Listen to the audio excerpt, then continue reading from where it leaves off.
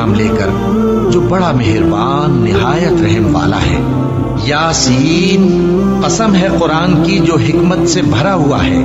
ए मोहम्मद सल्लल्लाहु अलैहि वसल्लम, बेशक तुम पैगंबरों में से हो, सीधे रास्ते पर हो। ये कुरान गालिब व मेहरबान का नाजिल किया हुआ है ताकि तुम उन लोगों को जिनके बाप दादा को खबरदार नहीं किया गया था खबरदार कर दो कि वो गफलत में पड़े हुए हैं। उनमें से अक्सर पर अल्लाह की बात पूरी हो चुकी है, सो वो ईमान नहीं लाएंगे। हमने उनकी गर्दनों में तौक डाल रखे हैं और वो ठोड़ियों तक फंसे हुए हैं, तो उनकी गर्दनें अकड़ी हुई हैं, और हमने उनके आगे भी दीवार बना दी और उनके पीछे भी, फिर उन पर पर्दा डाल दिया तो ये देख नहीं सकते। और तुम इनको खबरदार करो या न करो, इनके लिए बराबर है, ये ईमान नहीं लाएंगे। तुम तो सिर्फ उस शख्स को खबरदार कर सकते हो जो इस नसीहत यानी कुरान की पैरवी करे और रहमान से गायबाना डरे, सो उसको मगफिरत और बड़े सवाब की बिशारत सुना दो। बेशक हम मुर्दों को जिंदा करेंगे, और जो कुछ वो आगे भेज चुके और जो उनके निशान पीछे रह गए हम उनको कलमबंद कर लेते हैं, और हर चीज को हमने किताब रोशन यानी लौहे महफूज में लिख रखा है। और इनसे गांव वालों का किस्सा बयान करो जब उनके पास पैगंबर आए, यानी जब हमने उनकी तरफ 2 पैगंबर भेजे तो उन्होंने उनको झुटलाया, फिर हमने तीसरे से तक़वियत दी तो उन्होंने कहा कि हम तुम्हारी तरफ पैगंबर होकर आए हैं। वो बोले कि तुम और कुछ नहीं मगर हमारी तरह के आदमी हो, और रहमान ने कोई चीज भी नाजिल नहीं की, तुम महज झूठ बोलते हो। उन्होंने कहा कि हमारा परवरदिगार जानता है कि हम तुम्हारी तरफ पैगाम देकर भेजे गए हैं, और हमारे जिम्मे तो साफ साफ पैगाम पहुंचा देना है और बस। वो बोले कि हम तुमको अपने लिए मनहूस समझते हैं, अगर तुम बाज ना आओगे तो हम तुम्हें संसार कर देंगे और तुमको हमसे दुख देने वाला अजाब पहुंचेगा। उन्होंने कहा कि तुम्हारी नहूसत तुम्हारे साथ है, क्या इसलिए कि तुमको नसीहत की गई? नहीं, बल्कि तुम ऐसे लोग हो जो हद से तजावुज कर गए हो। और शहर के परले किनारे से एक आदमी दौड़ता हुआ आया, कहने लगा कि ऐ मेरी कौम, पैगंबरों के पीछे चलो, ऐसों के जो तुमसे सिला नहीं मांगते और वो सीधे रास्ते पर हैं। और मैं क्यों उस जात की परस्तिश न करूं जिसने मुझे पैदा किया और उसी की तरफ तुमको लौट कर जाना है? क्या मैं उसको छोड़कर औरों को माबूद बनाऊं कि अगर रहमान मुझे नुकसान पहुंचाना चाहे तो उनकी सिफारिश मुझे कुछ भी फायदा न दे सके और न वो मुझे छुड़ा ही सके? तब तो मैं खुली गुमराही में पड़ गया। मैं तो तुम्हारे परवरदिगार पर ईमान लाया हूं, सो मेरी बात सुन रखो। हुक्म हुआ कि बहिश्त में दाखिल हो जा। बोला काश मेरी कौम को पता चल जाए कि मेरे रब ने मुझे बख्श दिया और मुझे इज्जत वालों में शामिल किया, और हमने उसके बाद उसकी कौम पर कोई लश्कर नहीं उतारा और न हम उतारने वाले थे। वो तो सिर्फ एक चिंगाड़ थी, सो वो उससे नागहां बुझ कर रह गए। बंदों पर अफसोस कि उनके पास जब कोई पैगंबर आता तो वो उससे तमस्खुर जरूर करते। क्या उन्होंने नहीं देखा कि हमने उनसे पहले बहुत से लोगों को हलाक कर दिया था? अब वो उनकी तरफ लौट कर नहीं आएंगे और सब के सब हमारे रूबरू हाजिर किए जाएंगे। और एक निशानी इनके लिए जमीन मुर्दा है कि हमने इसको जिंदा किया और इसमें से अनाज उगाया, फिर ये इसमें से खाते हैं, और इसमें खजूरों और अंगूरों के बाग पैदा किए और इसमें चश्मे जारी कर दिए ताकि ये इन बागों के फल खाएं, और इनके हाथों ने तो इनको नहीं बनाया, तो फिर क्या ये शुक्र नहीं करते? वो जात पाक है जिसने जमीन की नबातात के और खुद इनके और जिन चीजों की इनको खबर नहीं सबके जोड़े बनाए। और एक निशानी इनके लिए रात है कि इस पर से हम दिन को खींच लेते हैं तो उसी वक्त उन पर अंधेरा छा जाता है, और सूरज अपने मुकर्रर रास्ते पर चलता रहता है। ये उस गालिब व दाना का मुकर्रर किया हुआ अंदाजा है। और चांद की भी हमने मंजिलें मुकर्रर कर दी, यहाँ तक के घटते घटते खजूर की पुरानी शाख की तरह हो जाता है।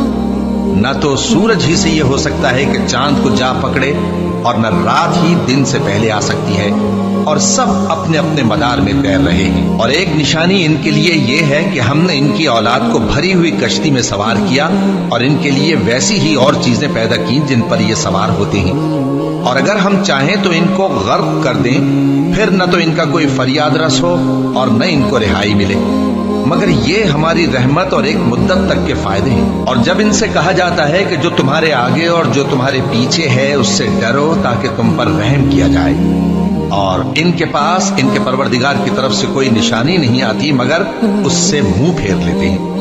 اور جب ان سے کہا جاتا ہے کہ جو رزق اللہ نے تم کو دیا ہے اس میں سے خرچ کرو، تو کافر مومنوں کے متعلق کہتے ہیں کہ بھلا ہم ان لوگوں کو کھانا کھلائیں جن کو اگر اللہ چاہتا تو خود کھلا دیتا، تم تو کھلی گمراہی میں ہو۔ اور کہتے ہیں اگر تم سچ کہتے ہو تو بتاؤ یہ وعدہ کب پورا ہوگا؟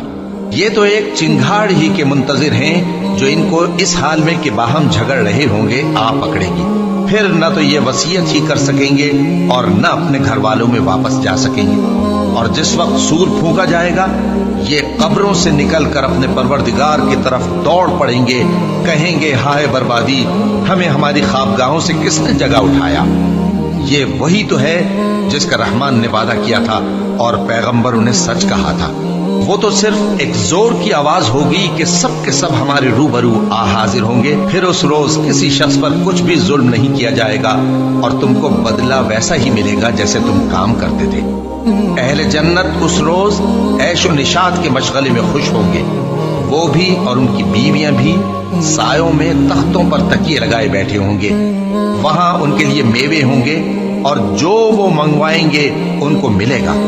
ان کو پروردگار مہربان کی طرف سے سلام کہا جائے گا اور وہ فرمائے گا کہ گناہگارو تم آج الگ ہو جاؤ۔ اے آدم کی اولاد، کیا میں نے تم سے کہہ نہیں دیا تھا کہ شیطان کو نہ پوجنا، وہ تمہارا کھلا دشمن ہے، اور یہ کہ میری ہی عبادت کرنا یہی سیدھا رستہ ہے، اور اس نے تم میں سے بہت سی خلقت کو گمراہ کر دیا تھا، تو کیا تم سمجھتے نہیں تھے؟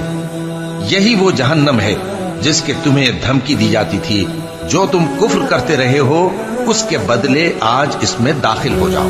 آج ہم ان کے منہوں پر مہر لگا دیں گے اور جو کچھ یہ کرتے رہے تھے ان کے ہاتھ ہم سے بیان کر دیں گے اور ان کے پاؤں اس کی گواہی دیں گے، اور اگر ہم چاہیں تو ان کی آنکھوں کو مٹا کر اندھا کر دیں، پھر یہ رستے کو دوڑیں تو کہاں سے دیکھ سکیں گے، اور اگر ہم چاہیں تو ان کی جگہ پر ان کی صورتیں بدل دیں، پھر وہاں سے وہ نہ آگے جا سکیں اور نہ پیچھے لوٹ سکیں۔ اور جس کو ہم بڑی عمر دیتے ہیں تو اسے تخلیق میں اوندھا دیتے ہیں، یعنی اسے بچپن کی کمزوری والی حالت کی طرف لوٹا دیتے ہیں، تو کیا یہ سمجھتے نہیں؟ اور ہم نے ان کو یعنی اپنے پیغمبر صلی اللہ علیہ وآلہ وسلم کو شعر گوئی نہیں سکھائی اور نہ وہ ان کو شایع ہی ہے، یہ تو محض نصیحت ہے اور صاف صاف قرآن ہے، تاکہ اس شخص کو جو زندہ ہو خبردار کرے اور کافروں پر بات پوری ہو جائے۔ کیا انہوں نے نہیں دیکھا کہ جو چیزیں ہم نے اپنے ہاتھوں سے بنائیں ان میں سے ہم نے ان کے لیے مویشی پیدا کر دیے اور یہ ان کے مالک ہیں، اور ان کو ان کے قابو میں کر دیا تو کوئی تو ان میں سے ان کی سواری ہے اور کسی کو یہ کھاتے ہیں، اور ان میں ان کے لیے اور فائدے اور پینے کی چیزیں ہیں، تو کیا یہ شکر نہیں کرتے؟ اور انہوں نے اللہ کے سوا اور معبود بنا لیے ہیں کہ شاید ان سے ان کو مدد پہنچے، مگر وہ ان کی مدد کی ہرگز طاقت نہیں رکھتے، اور وہ ان کی فوج بنا کر حاضر کیے جائیں گے تو ان کی باتیں تمہیں غمناک نہ کر دیں۔ یہ جو کچھ چھپاتے اور جو کچھ ظاہر کرتے ہیں ہمیں سب معلوم ہے۔ کیا انسان نے نہیں دیکھا کہ ہم نے اس کو نطفے سے پیدا کیا، پھر وہ تڑاک پڑاک جھگڑنے لگا اور ہمارے بارے میں مثالیں بیان کرنے لگا اور اپنی پیدائش کو بھول گیا، کہنے لگا کہ جب ہڈیاں بوسیدہ ہو جائیں گی تو ان کو کون زندہ کرے گا؟ کہہ دو کہ ان کو وہ زندہ کرے گا جس نے ان کو پہلی بار پیدا کیا تھا، اور وہ ہر طرح کی تخلیق کو جانتا ہے، وہی جس نے تمہارے لیے سبز درخت سے آگ پیدا کی، پھر تم اس کی ٹہنیوں کو رگڑ کر ان سے آگ نکالتے ہو۔ بھلا جس نے آسمانوں اور زمین کو پیدا کیا، کیا وہ اس بات پر قادر نہیں کہ ان کو پھر ویسے ہی پیدا کر دے؟ کیوں نہیں؟ اور وہ تو سب کچھ پیدا کرنے والا کامل علم والا ہے۔ اس کی شان یہ ہے کہ جب وہ کسی چیز کا ارادہ کرتا ہے تو اس سے فرما دیتا ہے کہ ہو جا، تو وہ ہو جاتی ہے۔ وہ ذات پاک ہے جس کے ہاتھ میں ہر چیز کی حکومت ہے، اور اسی کی طرف تم کو لوٹ کر جانا ہے۔